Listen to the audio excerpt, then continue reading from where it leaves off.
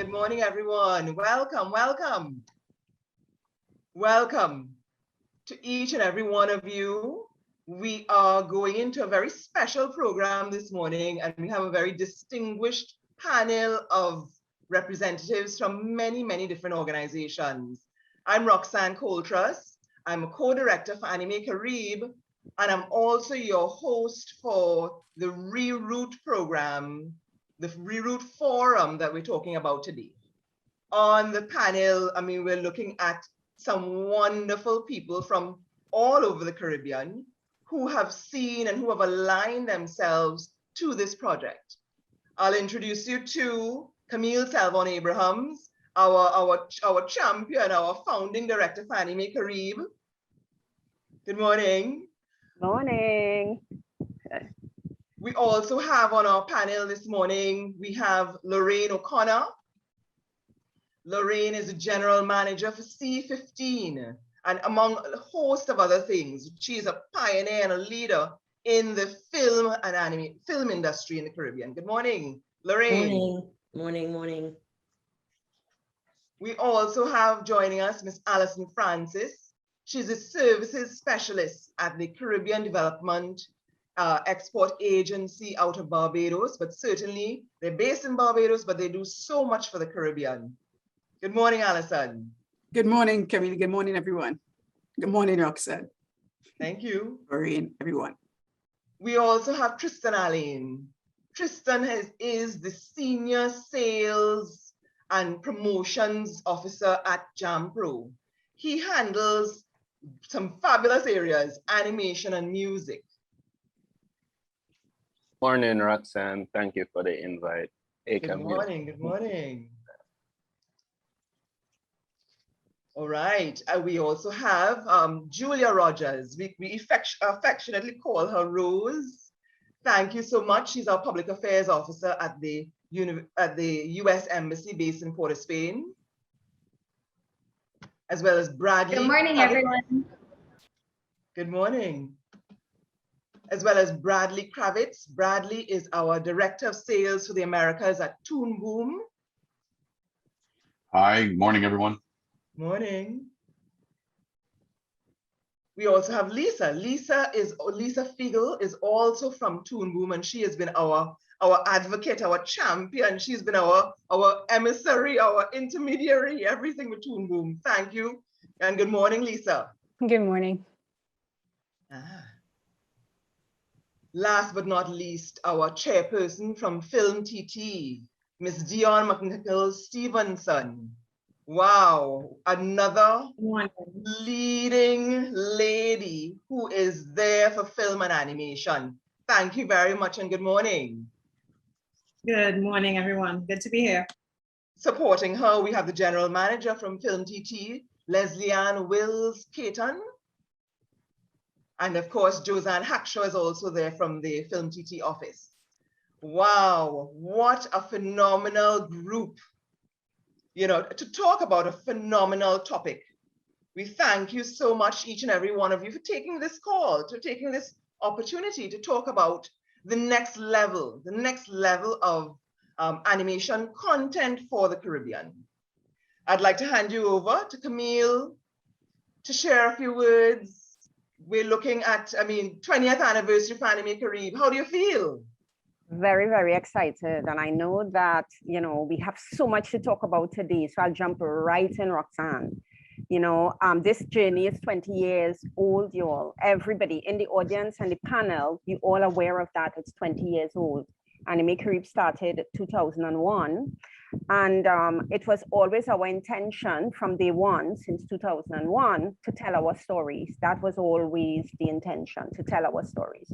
In 2001, we had 5 submissions, 1 from Jamaica, 2 from Trinidad, and the balance from some other part of the world, right? So 5 submissions. This year we had 1,600 submissions, and we had to stop 1 month before the festival, a month and a half before the festival, because we didn't want to take on any more, because we wanted to treat submissions with a certain amount of respect. We had to look at 1,600 submissions. I had to do that too, okay? So we shut off And but it is, we need to note that out of that 1,600, 2% of that was from the Caribbean and the diaspora.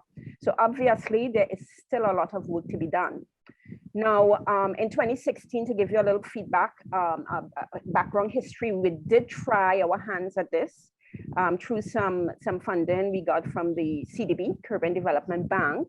And we had a whole Caribbean call where the push was for Caribbean collaboration.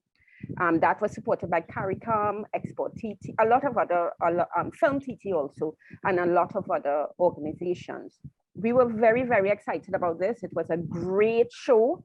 We had people flying in from all over the Caribbean, but it was a failure. I'm not ashamed to say that we failed, because for me, when you fail, you learn from those mistakes and then you go again.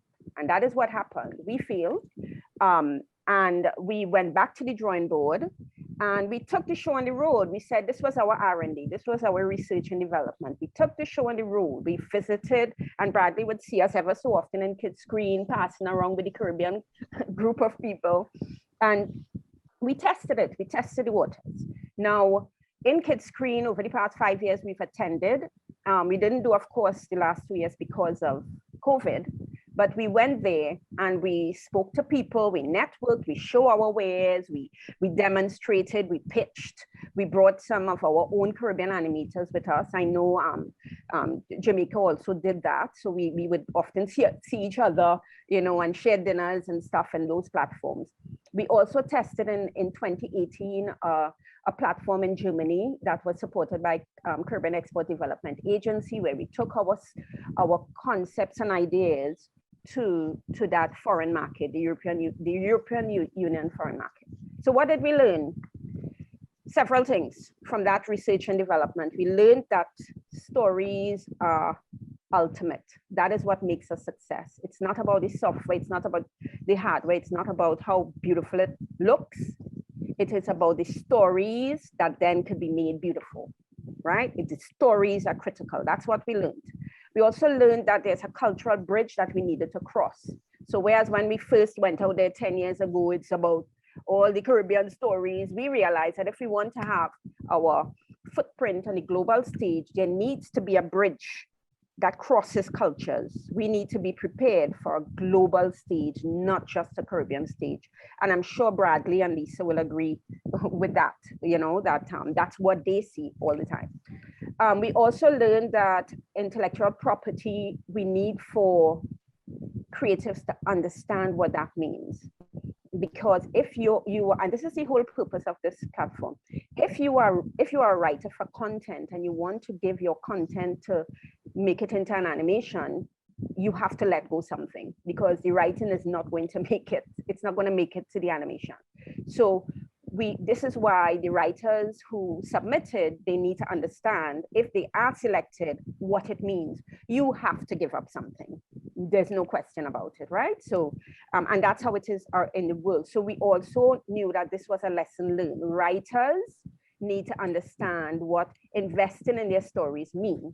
And we also, the other thing we learned was that we had to do some smart collaborations. It couldn't just be bring all the Caribbean together and Jamaica work with Trinidad. It doesn't work like that. We have to do that in a smart way. So what is the rerouting project?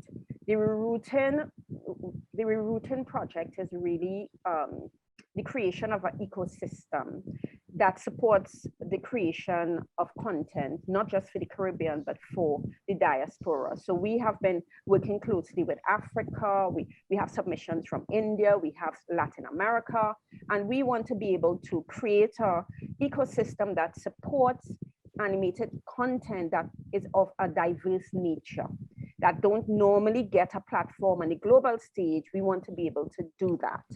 We, with our main partner in this call, which is C15, and you'll hear so much more about that, we discussed fluid investment, and Lorraine thankfully would explain what that means. But you know, this sort of area, we need to understand that it's not just putting in money, making coffee and selling the coffee. It is a much more fluid environment. So that is why our partner C15, the American Embassy, and of course CEDAR, why they are involved, to give that continuous support. The rerouting concept also is about stories, and it's also about investing in long-term or investing long-term into content creation, because we felt also that it was short investment over the years that we had. So we get to a certain point and then what happens? So in the panel today, we will talk about that. And I want those who are looking in, the writers who are looking in, just so you know, Lorraine, we got 26 submissions of stories coming from the Caribbean and Latin America. And out of those, you are supposed to choose 3. I don't know how you're going to do that, right? I want to share quickly as I end. I'd like to share the idea of what the catalog will look like. So tell me if you're seeing this, please. Are you all seeing this? Yes. Right, good. So this is on the website now. It's not fully available, but this catalog is going to be sent to buyers. Now, what I've done is plunk in some of the reroute submission pictures and stories in there just for a viewing. So those in the audience, the writers, you may see your image in here. It is just for viewing, right? Nothing has gone out. So let's go. Right, there we go. So that's beautiful Trinidad reroute our Caribbean, I should say, right? So this breaks down basically the entire thing. Notice that we are partnering with the Tap Factory at UTT, so content can actually be created. And what we did with this is include a bit about our, sorry, I'm gonna share again.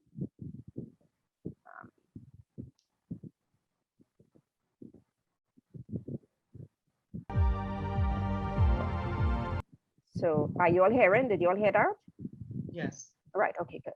So I'll quickly browse. I'm not gonna go to the whole thing, but this was our visit to Kids Screen, and that obviously showed, you know, how we were involved. We met with Jamaica there, so there's little clips of Jamaica team with us here. So I'll let that quickly play, and then I'll move to the other one.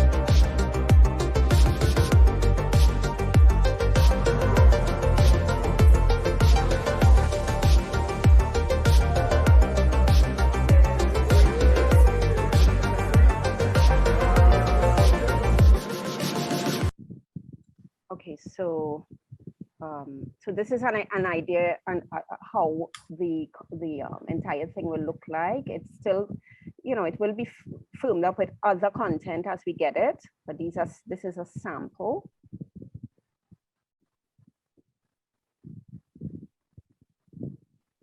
So as I said, I pulled some of the submissions out of the call.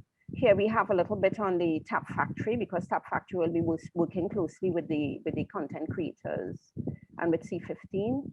We have here an example of all of a sample, and you can click on and go to the different studios in the Caribbean.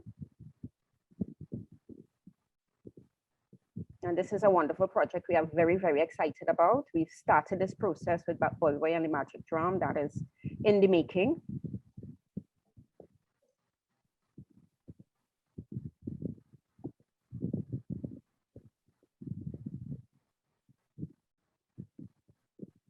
This is one that came from Brazil and Venezuela that is beautiful.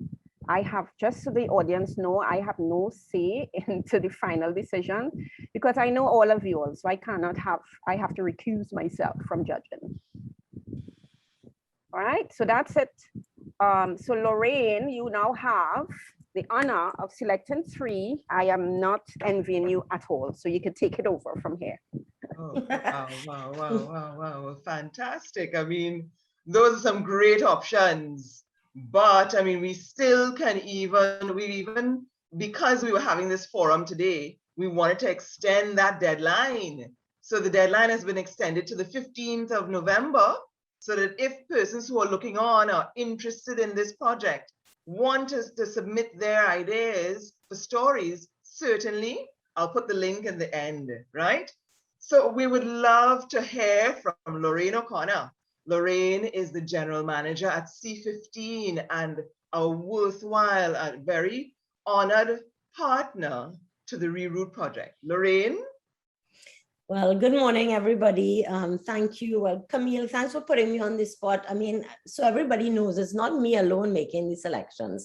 Camille making it sound like it's me alone. It's not me alone. But definitely I will be part of the process. And already from the little things that I saw there, I was already getting excited because, of course, I love when the stories incorporate, you know, what is so special about us. And as you said, outsourcing sunshine, I love that.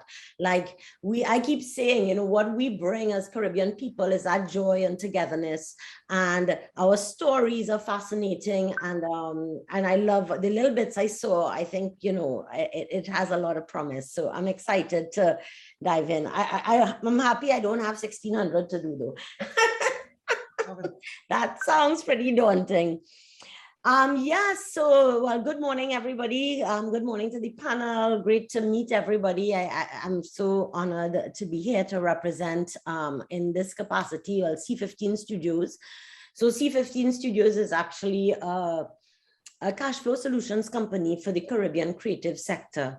So meaning that we are looking at 15 different sectors. So animation is one of them. With the A, it starts the list. So because every time I mention the sectors, I always say, well, it goes from animation to wellness, you know, because that's from A to my last letter.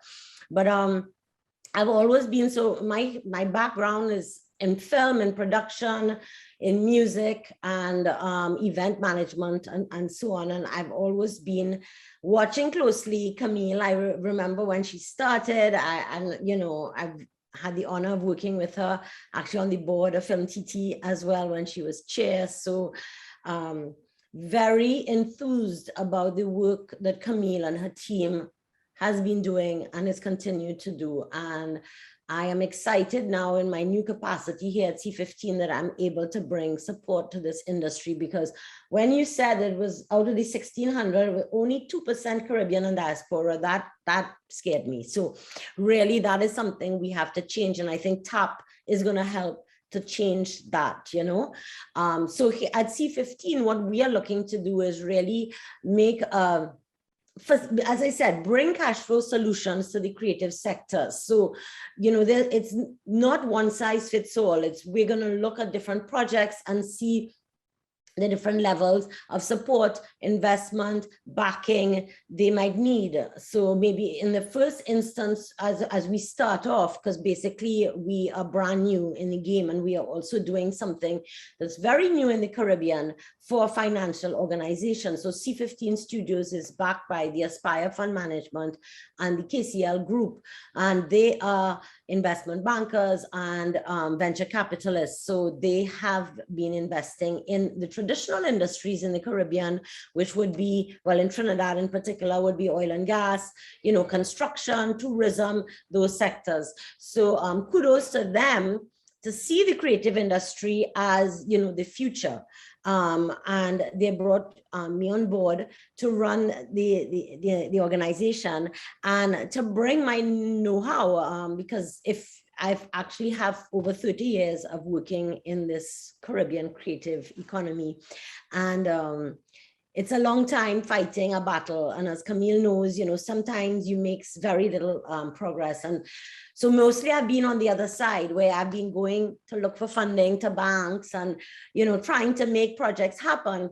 And now I'm in a position where I can actually be in a, you know, support and recommend and see how we can develop these industries and make them more sustainable and profitable. Because I think what we really want to see in the Caribbean in the next 5 to 10 years, when people ask me that, I want to see the creative economy making real money, not the little carnival time or this or that, or we get a little chucks here and so. No, we want to really become an industry that is making money, that the individuals who are participating are also being paid and compensated properly for their work. So, you know, there's a lot to do, because also there's a certain mentality in the Caribbean, we're cautious, we're suspicious of outside assistance, maybe, you know, rightfully so, but it's time to grow.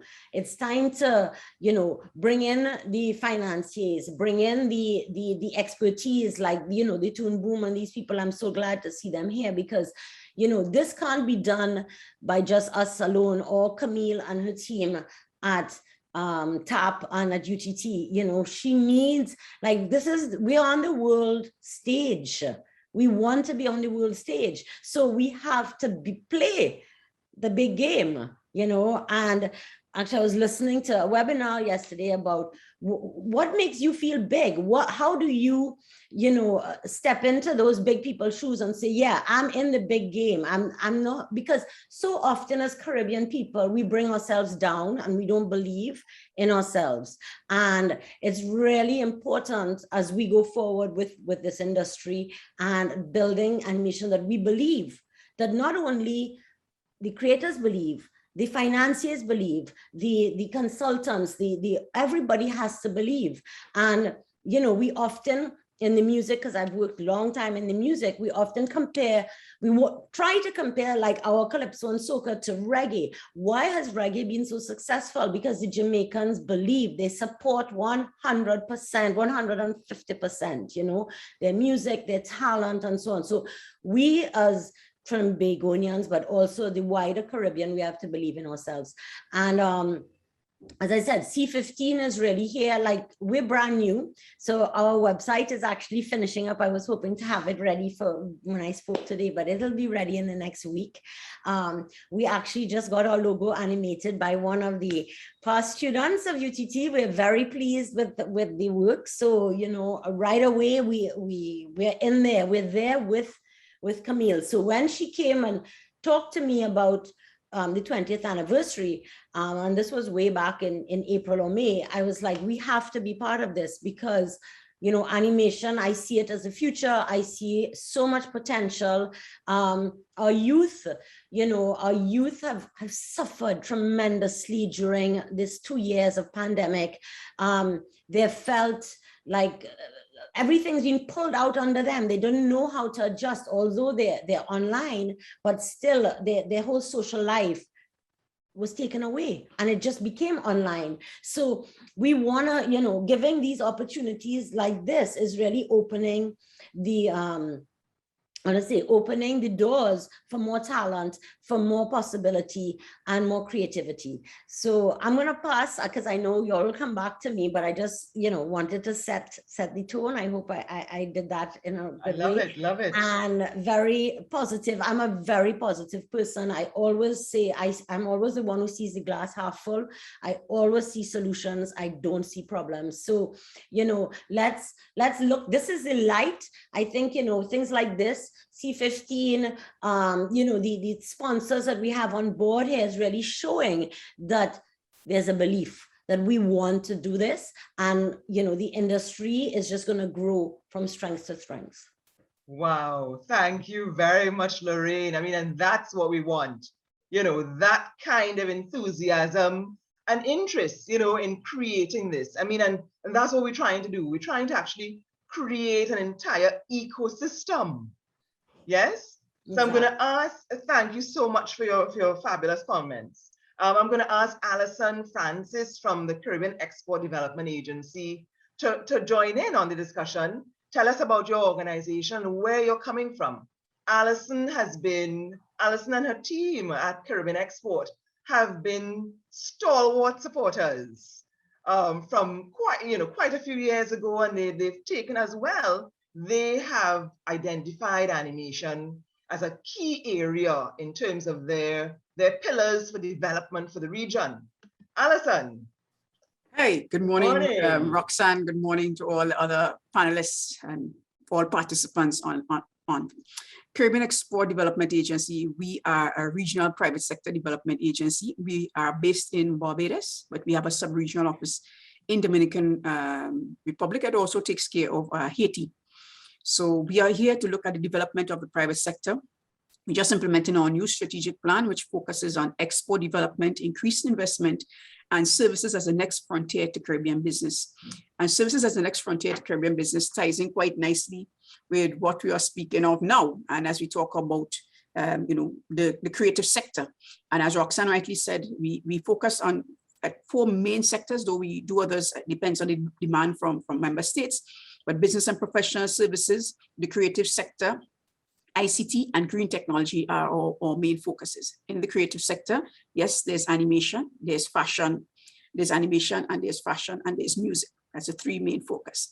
And as we said, in terms of this routine and talking about the next level of Caribbean content, and this is where, well, as Roxanne said, we have been supporting and continue to push to support the Animae Caribe and ensuring that we have Caribbean content, and we have been doing so throughout the years. And I really, the 2% also struck me, when I heard 2% out of 1,600. And I would like to see how Caribbean Export can make that difference, because we do know, you look at the statistics and you do know in terms of how big that industry is. As we talk about services as the next frontier, anime as the next frontier, anime and gaming, animation and gaming as the next frontier to Caribbean business, because yes, it's about the content. And as you rightly said, is how we can look and to push on the development of the content while still bridging the gap. I do recognize, as you recall, when we did, it was in 2018, when we had our incubator. There was a lot of Caribbean content coming out, but then when we brought our Caribbean Export main part there, was not just paying for the persons to be there and for us to create the stories and come up with the gamers, etc., but also to bring international buyers. And one of the main things that came out of that for us also was the issue of internationalizing your story, internationalizing what you came up with. And so it's important, as we talk about rooting and creating Caribbean content, that we speak about bridging that gap. There's a Caribbean content that can be absorbed by the world without losing that content. And that's what I would like to see as we go forward and to push so that we can bridge that gap. And yes, create jobs, and more jobs. And as said by Lorraine, at the end of the day, it's about making money. We have to look at the business of animation. It's not, yes, a lot of persons are in it about a hobby, but it's not only about a hobby, you want to make it a business. And as Camille said in the start, some of you may have to drop off. If you are the if you do the storyboard, who does the graphics, you have to find your specialty. And that's where all the studios come in, and we understand each other, we come together, you see where your specialty is, and you stick to that, and don't try to be the master of all trades, and so that we can really and truly become a business. And so Caribbean Export, we have over the years supported many incubators for animation. We have also supported the development of 2D and animation training together with Camille and UTT. So, it would not be from the start in terms of how we create what we do in the creation. But we would like to see, as we continue to invest in the region, continue to invest in the sector, really and truly change.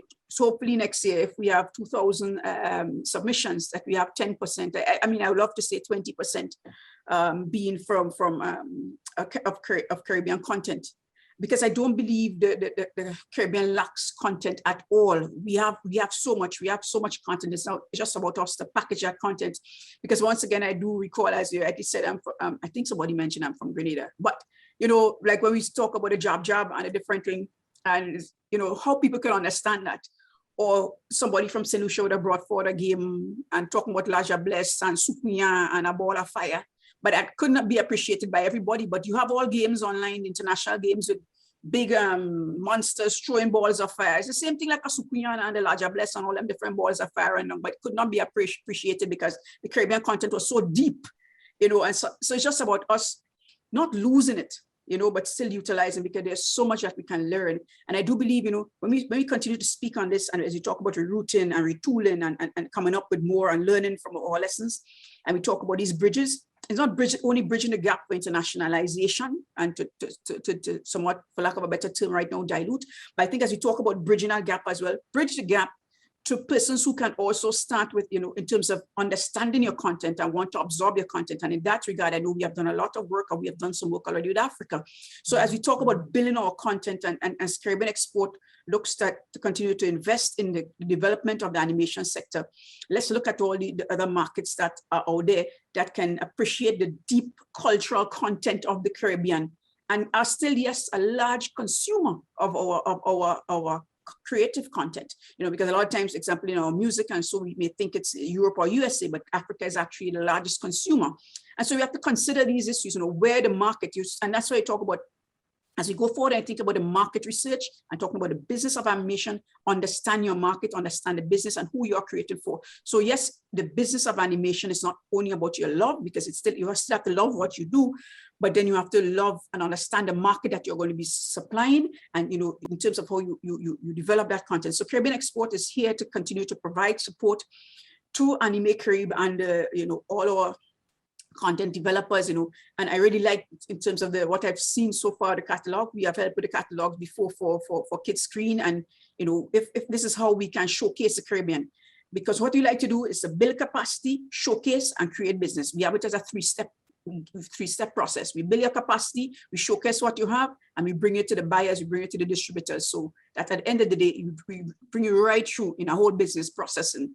And so for Caribbean Export, we are really pleased and really excited, and congratulations to Roxanne and Camille, you know, on just continuing to prod through. It has not been easy over the past 20 years, but you all have not given up on a region, you all have not given up on a sector, and to know that Caribbean Export, as a development agency for the region, we are here to continue to provide support for the sector, because you do see the benefit, we do see how we can work through with Animae Caribe and the reach that you have, and as we partner with everyone else, because we are a Caribbean agency, we want to work with everyone here in ensuring that we have greater Caribbean content, and greater Caribbean content showcase that Caribbean content and get to the world. And probably I can use the opportunity to pitch that we have the session coming up on the 3rd, and Camille is also on a panel where we talk about the creative economy. But more importantly, on the 10th and 11th, we also have a showcase, and animation and gaming is part of that, where we'll be bringing buyers and prospective distributors. If you have not registered, I'll send a flyer out again.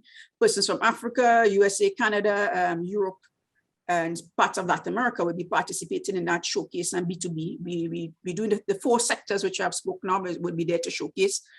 We have had some uptake from some participants. If you haven't, I'll share the flyer and a link at the end of this, but that is the idea, you know, to showcase what the Caribbean have, and, you know, continue to work with Animae Caribe in developing the Caribbean content.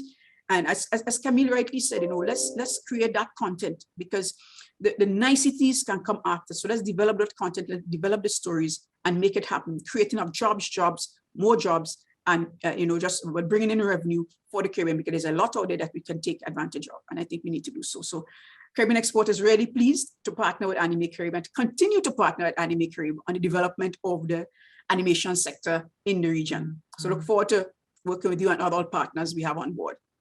Thank you so much, Allison. I mean, we could not ask for a better developmental agency to work with and partner with and collaborate with over these years. Thank you so much. We look forward to your support in the Reroute Forum and the Reroute project overall. So I'd like to bring to the fore another agency who's been really close to us in terms of progression of the animation industry.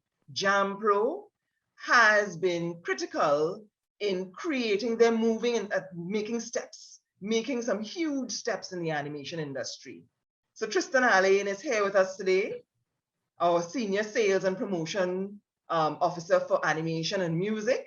Tristan, can we pinpoint you on the floor? Yes, put me on the spotlight. Thank you, Roxanne. Thank you, Camille, for this invite. And congrats on 20 years. I mean, you know, we're in this effort together, and we're definitely starting to see the progress. So it's really amazing to see that over 20 years we've gotten to this point, and we've learned from all that we've been through so far. So today I wanted to discuss our efforts over the last year to develop a model for Caribbean collaboration in animation. This project, it aligns really well with Reroute Caribbean. You know, you mentioned earlier that it's about smart collaboration, and that's exactly what we're trying to achieve here. What are the areas of intersection between the different countries in the region, and how can we play on our strengths so that we can start to see more animated content coming out of the region that is truly Caribbean. So as Roxanne said, my name is Tristan Alleyne. I'm a senior officer in the film animation music department at JAMPRO. And JAMPRO is the Jamaica Promotions Agency that focuses on facilitating, developing, and promoting opportunities for exports and investment in Jamaica with the goal of increasing jobs and you know, income to Jamaicans. And the idea of the Caribbean Animation Project is that, you know, a rising tide lifts all boats. And I think we can all relate to that, that all of our efforts have contributed to our, you know, our respective countries benefiting. And these are discussions that we had when we met at Kidscreen 2 years ago, which I would say was kind of the seed, the genesis of this project. You know, I was on a panel, and afterwards we had a discussion about the involvement that you've had and the preparation that you know you've had with your team on getting to Kidscreen, and how often you've been there, and how the delegations have been able to benefit. And out of those conversations, we put together and we had a little dinner, and we invited some of the participants who met at Kidscreen. And we started to see where just that little collective effort resulted in more than we could have achieved alone. So when we returned to Jamaica, we saw that the Creative Industries Investment Fund of the CDB had an opportunity to apply for a grant that would benefit Caribbean animation companies. And so we thought, okay, perfect. You know, we've just had these discussions about how best to collaborate. Let's put a proposal together. And the CDB was 100% on board. We reached out to Roxanne and Camille in developing the proposal as well. So it was really unity from the start, and it made us feel good about the direction of the project. So what the Caribbean Animation Business Project is, it's essentially developing a model for taking the incentives in the region, the different pipelines in the region, the training curricula, the potential of each of the animation studios, and finding the most efficient way for our companies to work together to promote and execute projects. So essentially, it has been a year of research, incorporating the associations in each country, incorporating the ministries, departments, and agencies that are part of the animation industries across the Caribbean, issuing surveys, and also, you know, heavy research, and you know, and trying to understand what it is are our individual strengths and where that intersection lies. So through the project, we focused on Jamaica, Trinidad, and Barbados. And what we found is that our studios are working together already, but you know, it's specialization that's important in each project to be able to get the most out of each animation studio. And so we're now we're getting closer to the finish line. We've actually completed a draft of the model. And just to say from the outset, you know, we involved all of the animation studios that we could. We issued surveys, we promoted it with workshops. We tried to make it an open conversation. So we really know that the outcome of this could benefit animation studios, so that when a project comes in, when an outsourcing contract comes in, it's not a problem for Jamaica to say, hey, we have a project, we have X capacity, you have Y capacity. Let's work together with 4 other countries and make this happen. And the idea being that we can action more projects, we can develop more projects, and we can see a new identity coming out of the work that we're doing. So yes, we'll always have Trinidad animation, and we'll always have Jamaican animation, etc. But we also want to see, what is that collective Caribbean animation like? And so we're actually at the point now that we've completed the draft, we're at the point of testing the model with our project. And that it's, you know, I won't give away the story, but it's a wonderful little story that came out of the group, a Jamaican, Trini, and Barbados, and Bayesian animation studios came up with a story, and they have been able to specialize in each area of the animation process. So it really makes us feel good that this project is a strong one, and that the outcome is something that is practical and you know, aligns with all our goals, which is always going to be seeing more jobs come into the region and seeing our animation practitioners which have been working at this industry for so long and that are so passionate, you know, start to make money, real money, coming from out of the animation industry. So I'm so thankful to be here. And I look forward to continuing to work with you, because, you know, the results have been profound, and it proves that, you know, we're better together than working in silos. So thanks again. Looking forward to the conversation. Thank you so much. Thank you. And I've seen actually Renee Robinson, your film commissioner, just joined us. So thank you so much to both of you for heralding and, you know, and being at the forefront at the JAMPRO level. Absolutely. You know, to push this industry. We're really trying to create an industry, and yes, it takes quite a long time.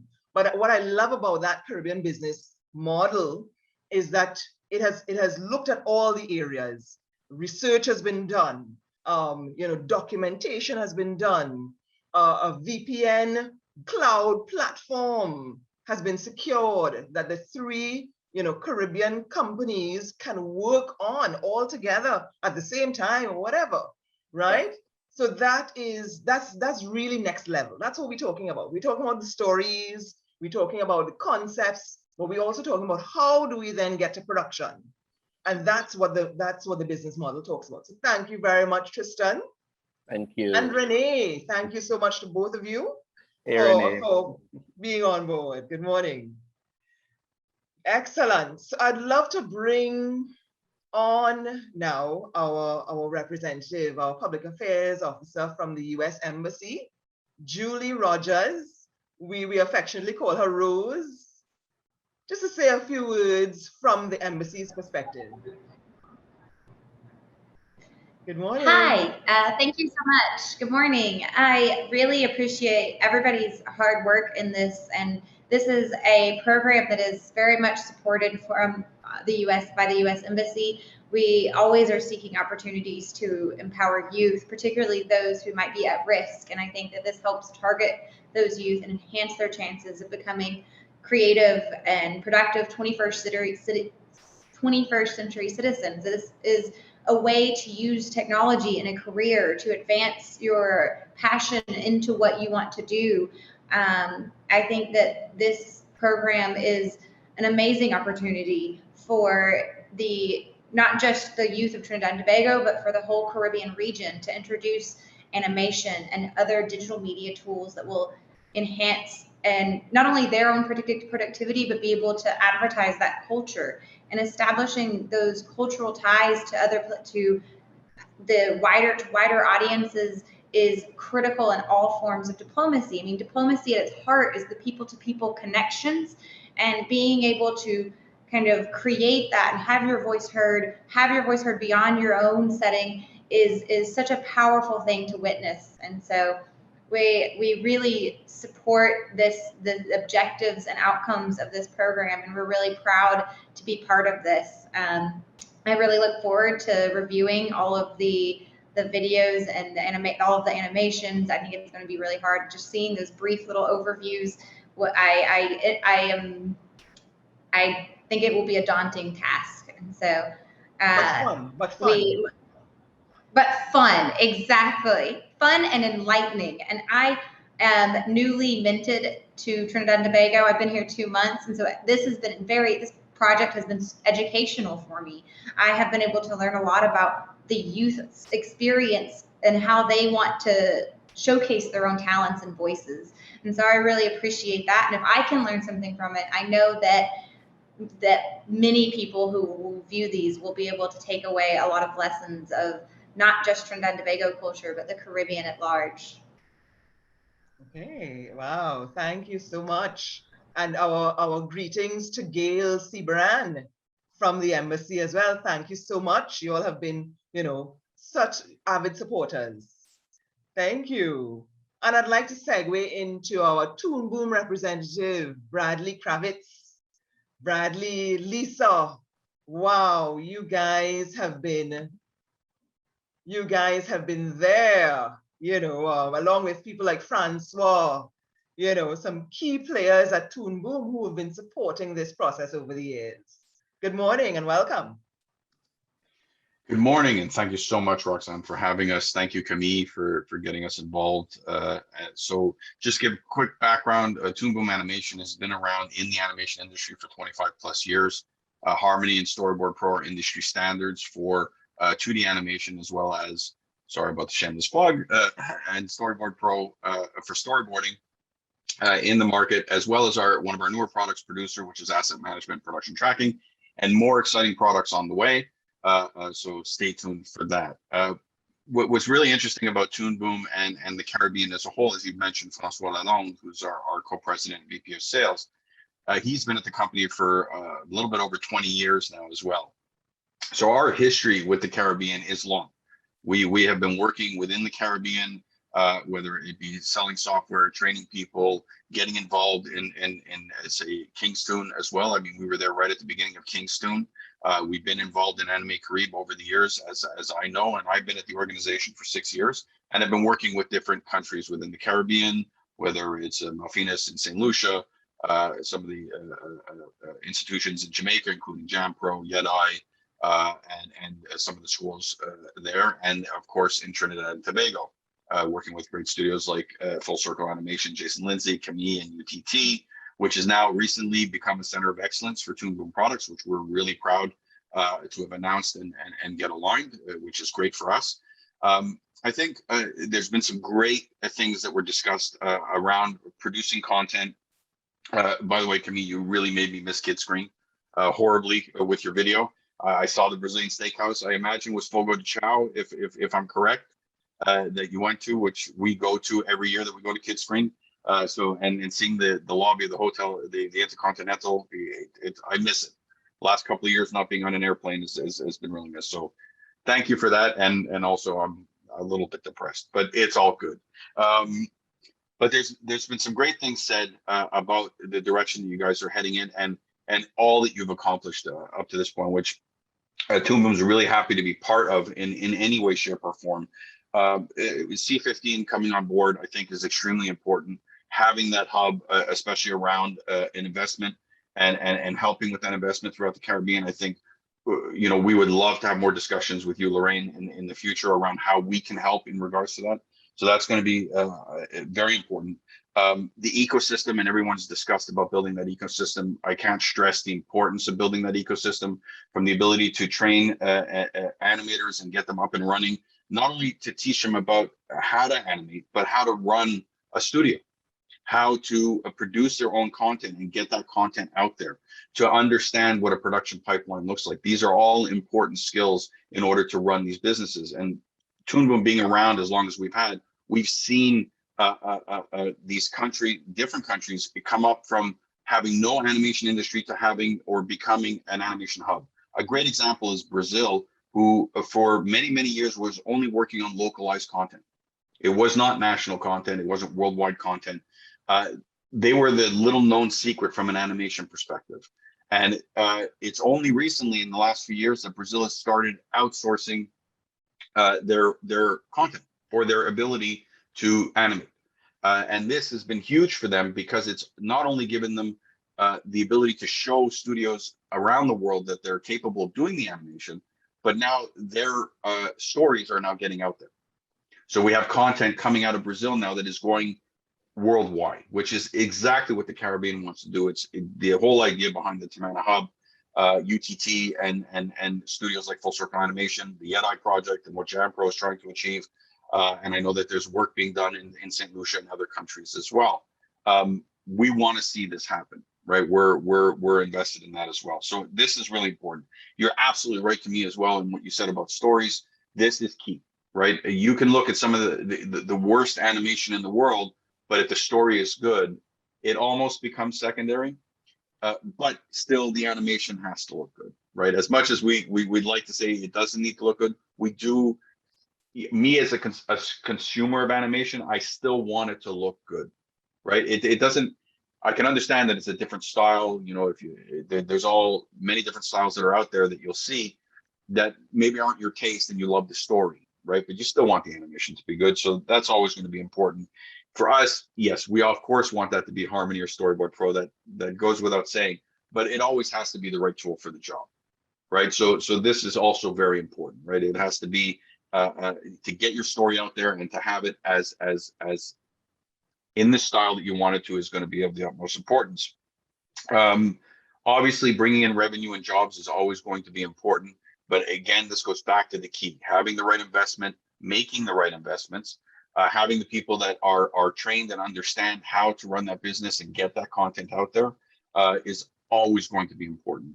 And these are some of the things that Toon Boom can help with, not necessarily from a software perspective, but just from an experience perspective. And that's something I certainly want to touch on from our partnership with the Caribbean and really around the world that we typically do, is that we want to help you get those stories out there, right?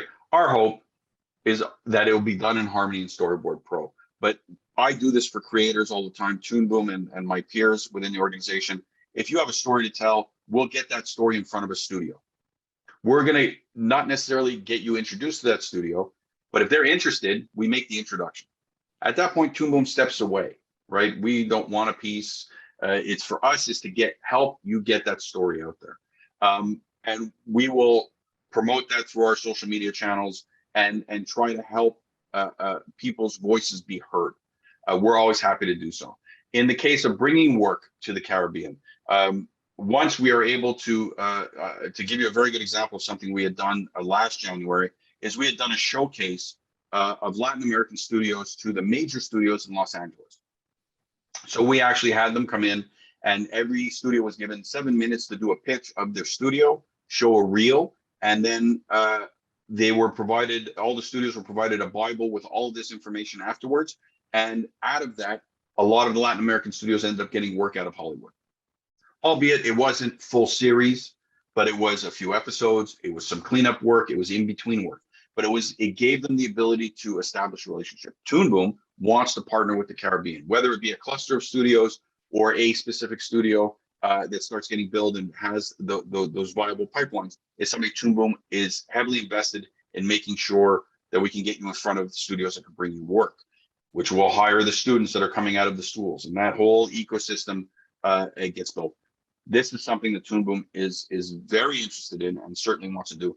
And to be quite honest, the demand on the animation industry these days, and this is something else that Toon Boom brings to the table, is the fact that we're connected. We have studios in 135 plus countries that work with us and that work with our studios that are ordering this content. whether that be an Apple, whether it be a Netflix, whether it be DreamWorks, Warner Brothers, or any of the major studios that are ordering content. And they're all looking for new studios that can do, in our case, Harmony or Storyboard Pro productions.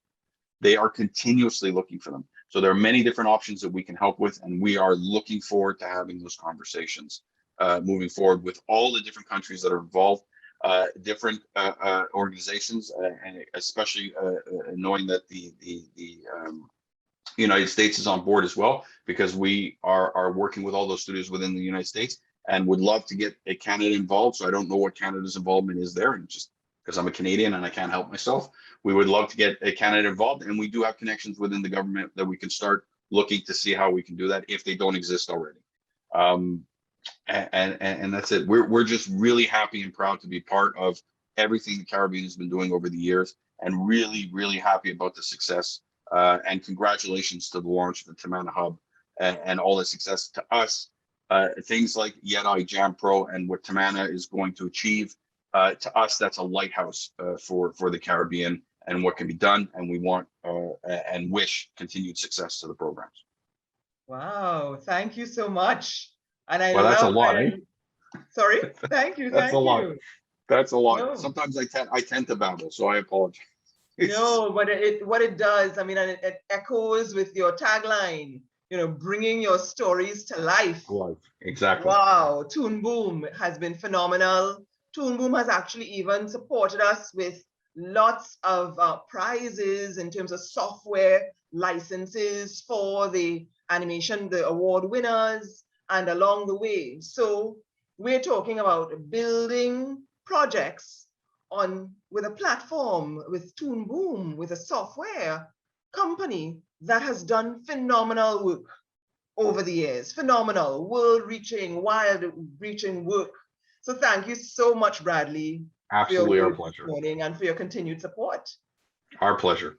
Thank you, thank you. So I'm going to say, our last speaker on the panel this morning is our chairperson from FilmTT, Dionne Stephenson. But I want to just ask if anyone has questions, please put it in the chat. So on Maestro, on live.animecaribe.com, you'll see a chat feature. You can feed your questions in there, and certainly we'll take the last 25 minutes of the session, 20 minutes of the session today. We're going to end at 11.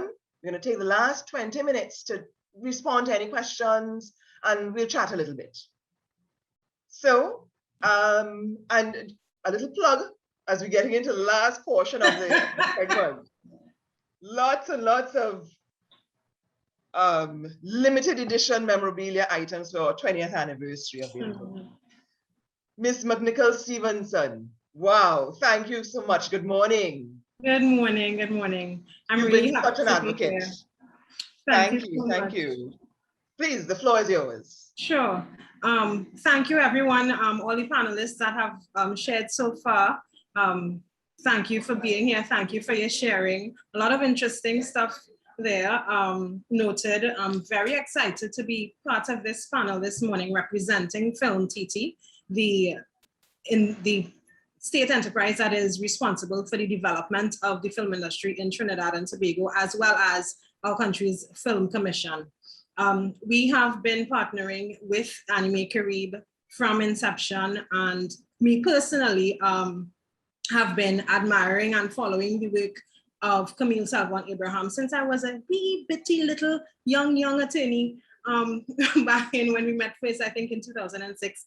So really congratulations on 20 years, you know, that's really been fabulous. And of course we can see now over the time from the inception of Animae Caribe to now, there's been a lot of development, you know, regionally.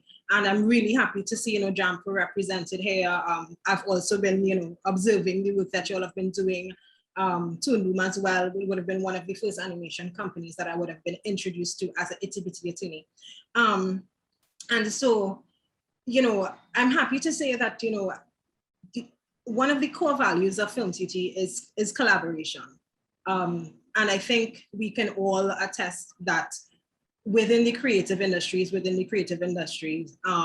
in animation, in film, collaboration is absolutely necessary.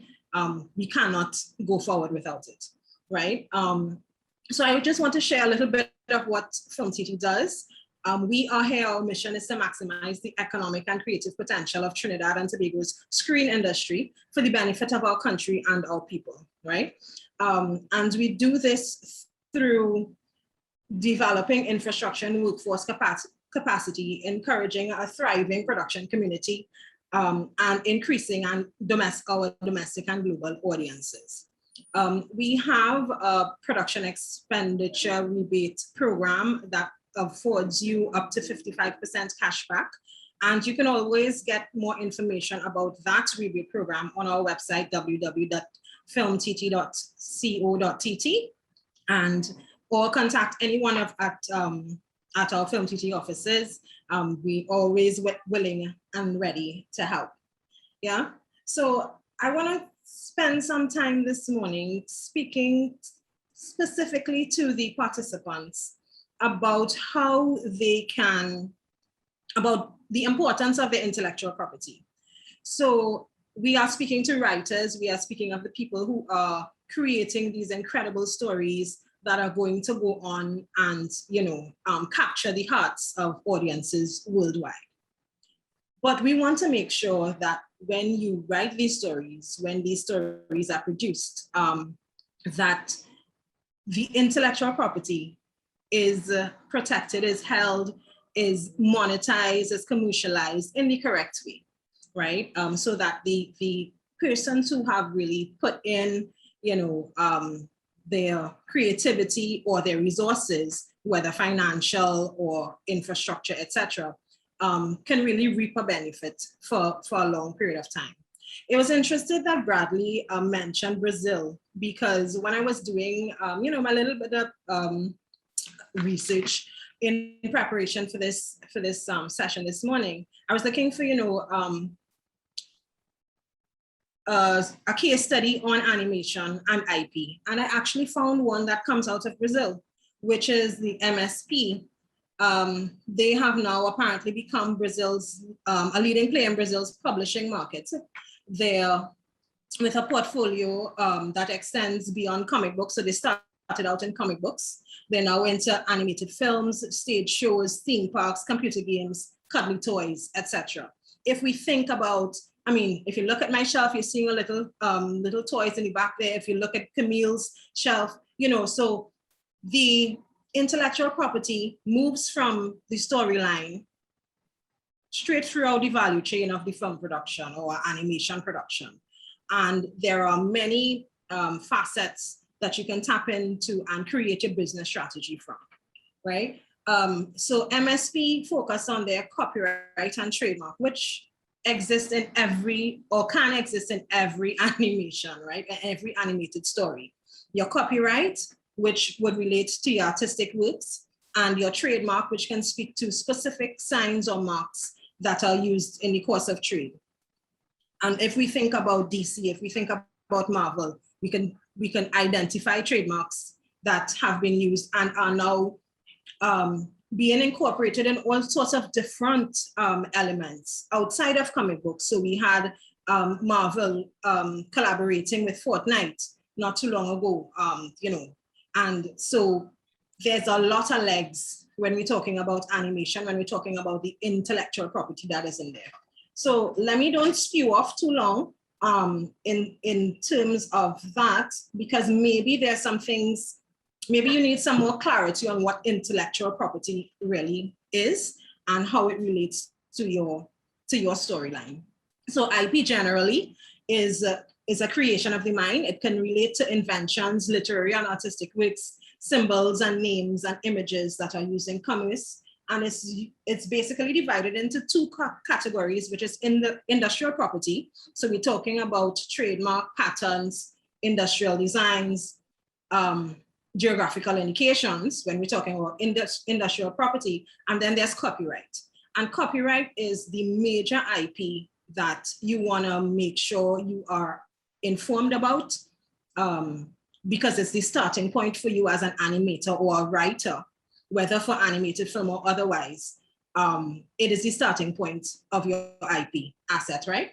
And I'm using that word asset because it's a commodity. It is something that you can trade.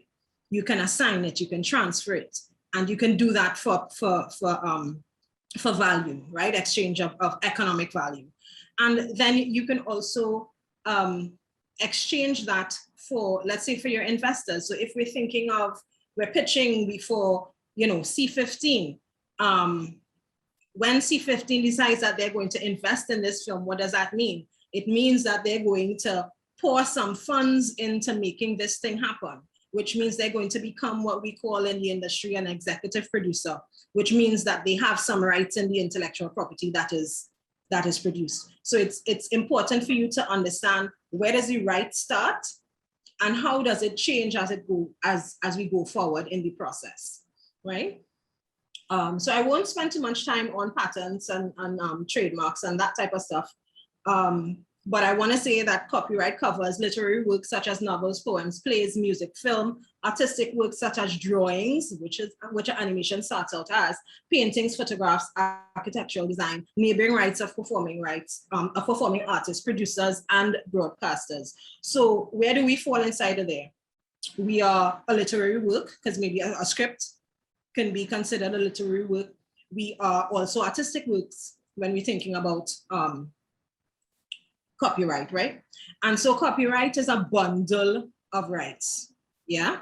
Within copyright, you have the right to reproduce, you have the right to broadcast, you have the right to make available to the public, which is important to recognize in this digital age. We're not always broadcasting, but sometimes we're making available to the public through streaming, etc.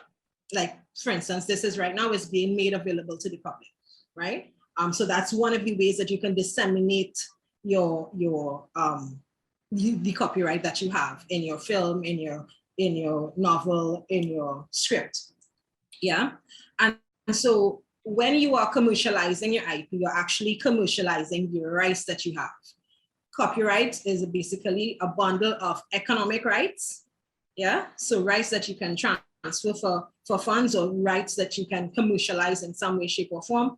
And then there's the moral right, which is your right to be known as the author or the creator of the work, as well as the right to not have the work be represented in a way that is derogatory or offensive to you, the creator, yeah? So as a writer, you want to be aware of these things, because, okay, so you've written a script, you've submitted it for the Reroute project. It's been one that is selected by C15. They're looking to go forward to produce the script. What happens? Well, you as the writer will have to have a conversation that ends up as a written contract, right? A written contract that speaks to your ownership, your part of ownership in terms of the script, and what C15 may own as an investor, or any other investor that may come in. And so that requires you to understand the value of what you are putting in, as well as the value of what they are putting in. So I think maybe all of our participants have seen an episode or two of Shark Tank, yeah? And you would notice that when someone goes up to pitch their idea for investment, many times the response is, yes, we're interested, and we'll do it for 50% of the company or 51% of the company, etc.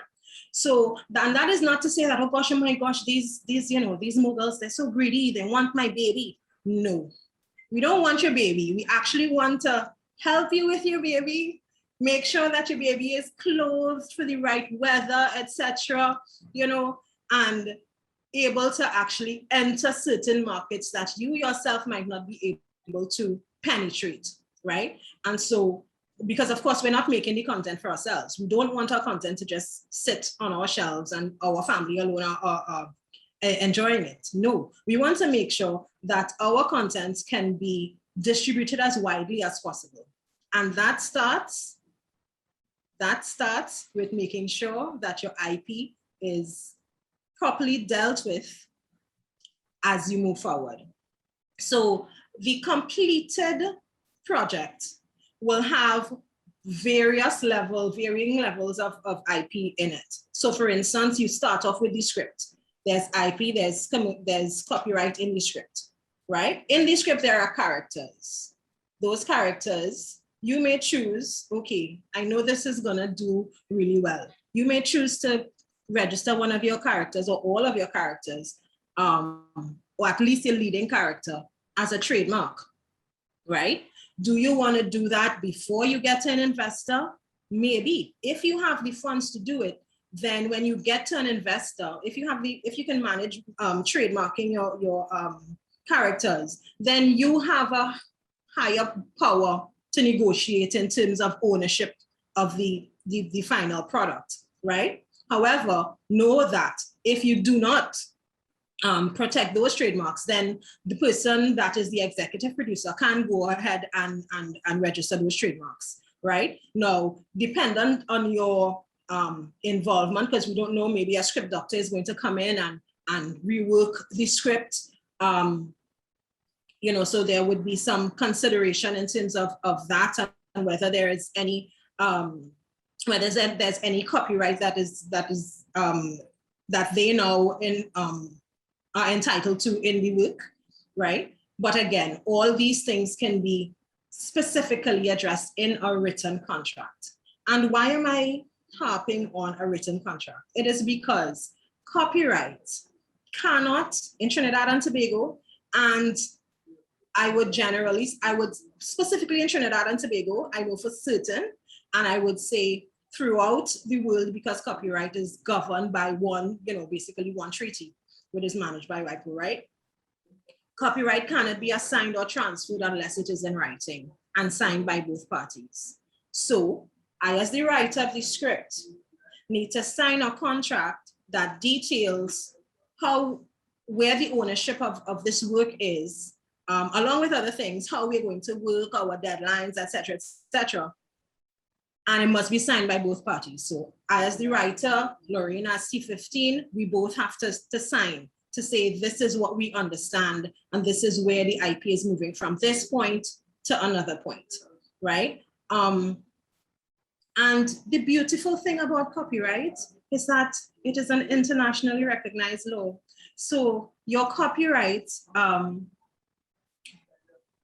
can be enforced in any market that you go into, right? And when we're thinking about rerouting, and we don't know where in the diaspora we may find distribution, right? An audience. And we don't know how that might impact persons and what they may feel like they want to do. So perhaps somebody has seen Kyrie and decides, you know what, oh my gosh, that reminds me of my Carib grandmother, and and they take off that passion now and decide, okay, I'm going to do some t-shirts and so forth and so forth. But if you haven't registered your trademark, then somebody else is free to produce merchandise with your characters, and you really can't do anything about it because it's not been protected, right? So intellectual property is an intentional, protecting your intellectual property, rather, I should say, is an intentional activity.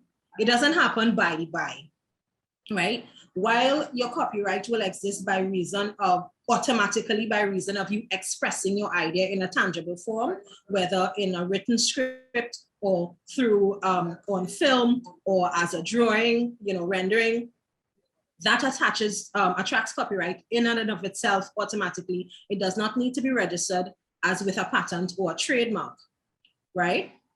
But you have to actively monitor where your copyright is going and how it's being used, and you have to be the one to enforce it. Because intellectual property as a right, it is a property right, it is a personal right. Yeah, so the state is not going to necessarily go after copyright infringers on your behalf just like that, right? In certain respects, when we're talking about customs and excise and importing products, etc.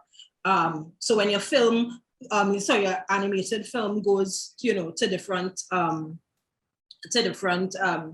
markets, let's say on a DVD or so, you know, customs and excise would have particular powers to ensure that counterfeits, aren't let in or sold, etc. But again, you have to be monitoring your IP. So start from now, as you create things, to begin to put your copyright legend, at the foot of your script. Generally, I advise my clients to put that copyright legend as a footer on every page of your script, WIPO recently sent out a notice that one of their tools that I thought was very useful is actually going to be discontinued, which is the WIPO proof certificate. So WIPO would have come up with a system where you can digitally deposit your script, your photo, whatever it is you're having copyright in, and they would generate a digital certificate for you, which could then be used as proof to say, well, I own this copyright. But apparently they're discontinuing that. So we'll go back to poor man's copyright. We'll put on our copyright legend. We'll print out our script. We'll register, mail it to ourselves, and we'll keep it unopened. And so of course, dates and these things are very important, right? And you want to make sure that you have those things listed properly, So you want to basically, from now, start to create your own IP inventory. I have 5 scripts at this, level of development. I have these 2 characters that I want to trade, that I've trademarked, etc. So you have a running inventory of the IP assets that you have. That will then help you to determine, this is what I want to negotiate with, this is what I want to hold on to, etc. as you move forward. But an understanding of the intellectual property rights that you have is important before you even start to think about how are we going to deal, who owns what, how much money I'm making out of this, right? Because you've had a script, you made a script, okay, so maybe it's going to be a buyout. Maybe the studio is going to buy out your script. So you remain with your moral right, as in you're going to be credited as the author, right? But the actual product, the finished animated film, will belong to the studio, right? That is par for the course in these types of industries, right? And if you think about it as a writer, that kind of frees things up for you a little bit, because basically now all you have to make sure is that you are writing stories that people want to hear. You are writing stories that are exciting animators, that are exciting the studios, etc. And you don't have to go through the drama of producing it. Send that off to somebody else, but make sure that you have identified what you would like to hold on to, and what will bring you benefit over years to come. Because another exciting point about copyright is that it exists for the duration of the life of the creator, plus 70 years in Trinidad and Tobago, 50 years in the US, 99 years in Jamaica, right? So you've passed, but your estate can be benefiting from this work that you've done for up to 70 years after you've gone. So your work continues to work for you. And I think this is the kind of understanding that we want our animators to have, our writers to have, our creatives to have, that you are actually creating, you're generating wealth through your creations, if you do the right things with them. So you identify your IP assets, you know what you have, you know the value of it, you identify the collaborators that you're looking to work with. Several of them have indicated what they're about. So, feel free to reach out, feel free to ask questions. I'm always willing to answer questions. Our staff at FilmTT, we're always willing to answer questions. I'll stop there for now because I know it's almost 11, right? And we want to leave some time for the questions and answers and other panelists to contribute, etc. But that's basically it. We want to focus on copyright and trademark as the 2 pivotal points of IP for our stories, for our animations. And we want to understand how we're commercializing it and use it as an asset to the best of our ability. Yeah. Excellent. Yes, thank you so much. Thank you, thank you, thank you. You know, critical for us has been that finding the subject matter experts for particular things. And this, as we go into this reroute project, certainly IP is going to be one of the key areas. And from what you're saying, we may need another session with our selected, you know, projects to go forward and just kind of make sure that we're all on the same page. So thank you so much, Dionne. Thank you, thank you. We have a couple questions. Yes? Before we take the question, I just quickly want to say something. Is that okay? Do you give me permission? Sure. And we're going to round off at 11. Just quickly, for the storytellers who are out there, the 26 that submitted, the reason why we did this is so that you could be informed, so that when you see that contract before you that C15 will give, you can make an informed decision. I don't want this, or I want this, right? So it's very, very important that we did this session with all of them. And I hope they ask questions. I really do. Just a couple of questions in there for now. Can you speak on whether the school, that is UTT, will be plugging graduating students directly into the industry? And if so, how will this work? That's what we do. We live by that. That's what we do. All right. And another question is about other languages. So we may have persons who are writing stories, and the reroute, the deadline for submissions has been extended to the 15th of November. So we're talking to your 26, the currently 26 registered plus others. So if we have submissions that are looking at using other languages, French, local dialects, Spanish, will we accept those? Lorraine could answer that probably. No, well, I mean, I don't know what the criteria exactly was defined, but yes, I mean, we would consider different languages. I mean, we are Caribbean with many cultures and languages, so yes. Yes, I mean, we're seeing, you know, a lot of, if we're looking at the Netflix, you know, as a sample to go by, they are integrating and expanding their audience by having foreign films that have subtitles. Yeah, so that, I mean, if we take them, if we try to take a page from their book, certainly. Another question: what scope is the program targeting? Because I have a franchise that transcends all platforms: animated video, game series, animated movies, and live action. Are those areas that we're looking at in terms of reroute? Are we willing to expand it to video, games, movies, live action? So Allison spoke about this earlier regarding it's not just about animation, it's about gaming and virtual reality. So I don't know if Allison has anything to say with that too. Well, I mean, yes, you have answered that. It's not just about animation, it's about animation and gaming, I mean, the virtual reality, and it's how we capture the whole Caribbean culture when we talk about a Caribbean film or Caribbean production. And, you know, we bring in our fashion, we bring in our music, our Caribbean music, how we utilize everything so that it's a full package if you want to talk about Caribbean and Caribbean content. You know, I like that thinking. So yes, it's not only about the animation, but animation and gaming and the VR, etc. How we can break it down. And importantly, you know, I think one of the issues that we have learned is that of the age range and understanding which age range you are for. So you don't shoot out something for 5 to 7. You're designing for 5 to 7, or you say it's for 5 to 7. When you look at the content, it's for people 15 and 13 and something. That's one of the problems we had when we had Sesame Street come and we said no blood, and you still have blood. You know, no blood. 5 to 7. This is what Sesame Street wants. So wants to come back to these things. So yeah, it covers all the areas.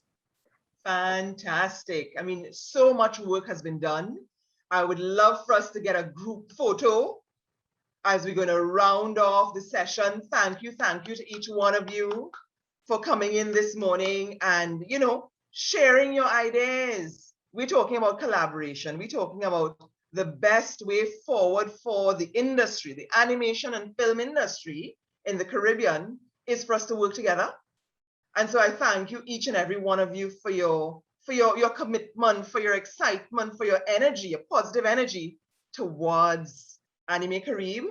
And again, it's always been Animae Caribe. This is Caribbean animation we're talking about, right? So thank you guys. Thank you so much for joining us this morning. Our viewers on live.animecaribe.com, thank you. Stay tuned. We have so many other programs coming up. There's something on the schedule happening every hour of the day. Thanks, guys. Take care.